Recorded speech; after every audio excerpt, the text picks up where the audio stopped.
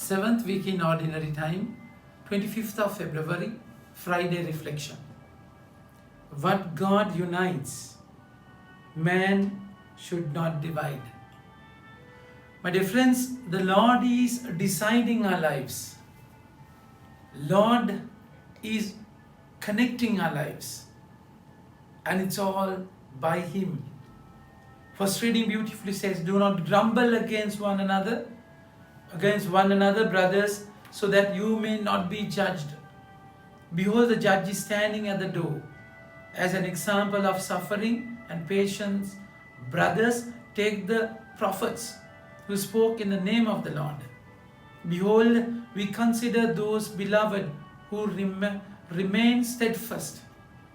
You have heard of this steadfastness of Jacob. You have seen the purpose of the Lord, how the Lord is compassionate and merciful. But above all, my brothers, do not swear, either by heaven or earth, or by one other's oath, by any other oath. But let your yes be yes, and your no be no, so that you may not fall under condemnation. So you cannot waver. You have to be firm in your decision.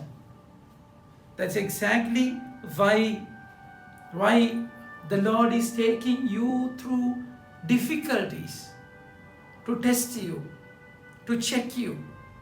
That's exactly how Job was tested.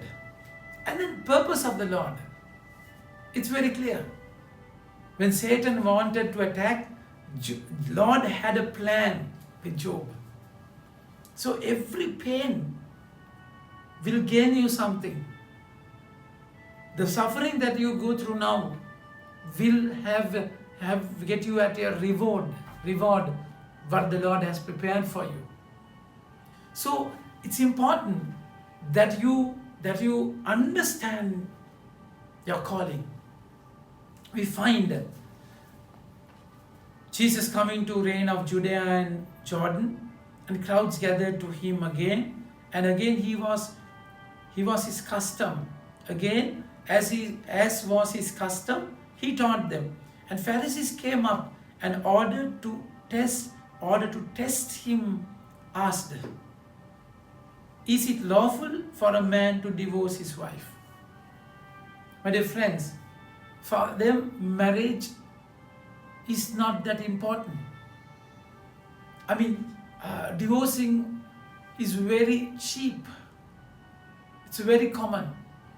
For a minute reason, during Moses' time, even for minute reason, you can just divorce your wife, because it's a male-dominant society. Even your curry is not tasty, you can divorce your wife.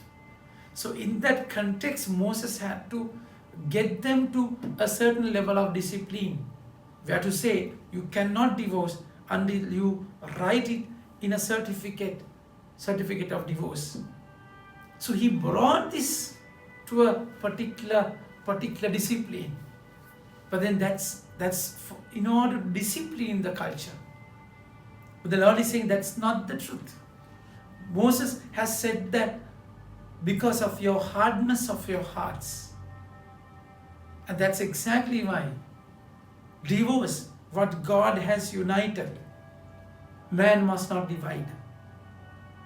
And that's exactly because of your hardness of heart, He wrote you this commandment. But from the beginning of creation, God made them male and female. My dear friends, so male and female, there is a craving for each other. There is something missing which you can find in the other person. That's how He uses the emptiness, vacuum, to take you for the purpose. So that's why He created Adam and saw Adam should not be alone. So he missed something. So in that hollow, in that missing point, God will stir you up to take you in that journey. That's how you meet your spouse, meet your partner. So you will be attracted You will have, but then it's a firm decision. It's yes or no.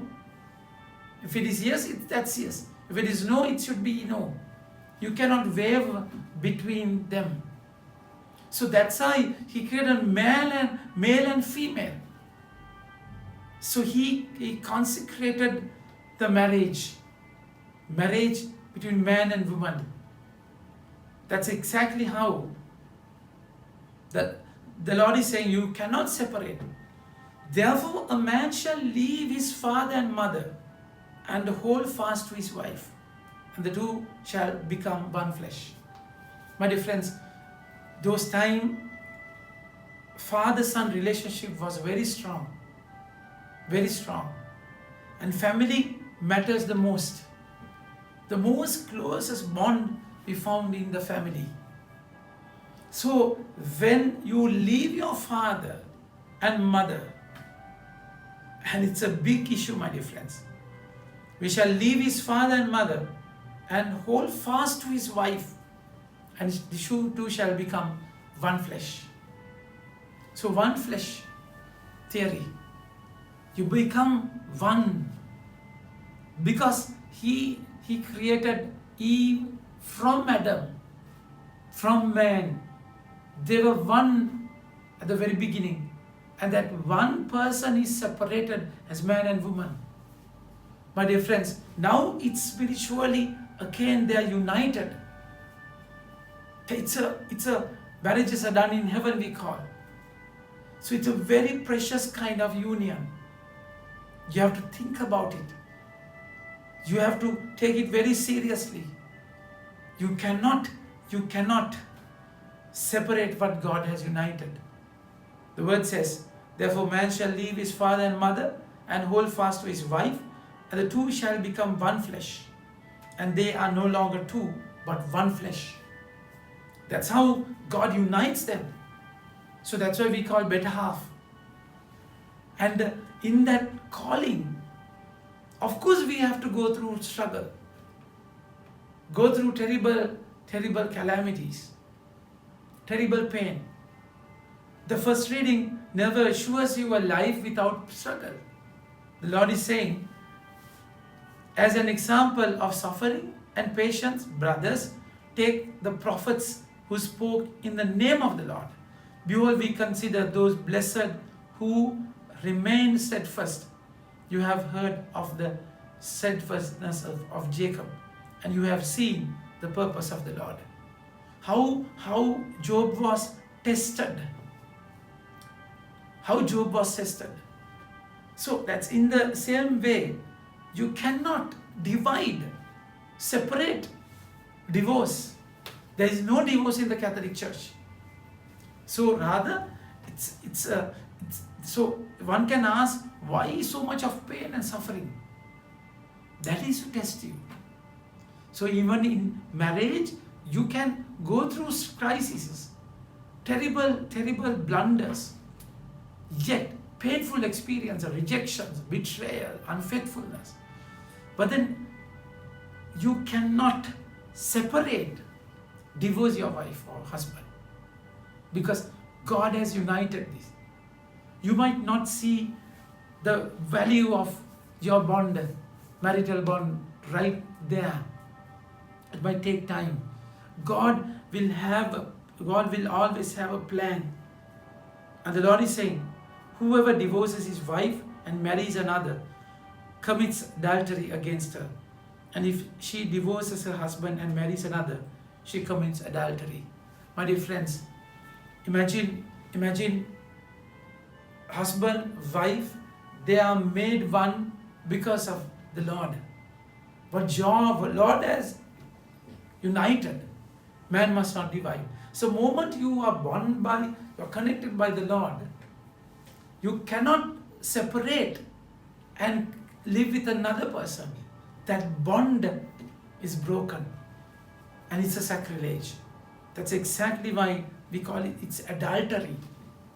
So think about it. Think about your life, the way the Lord has called you, and think about all your relationships. Think about them. Amen. May God bless you.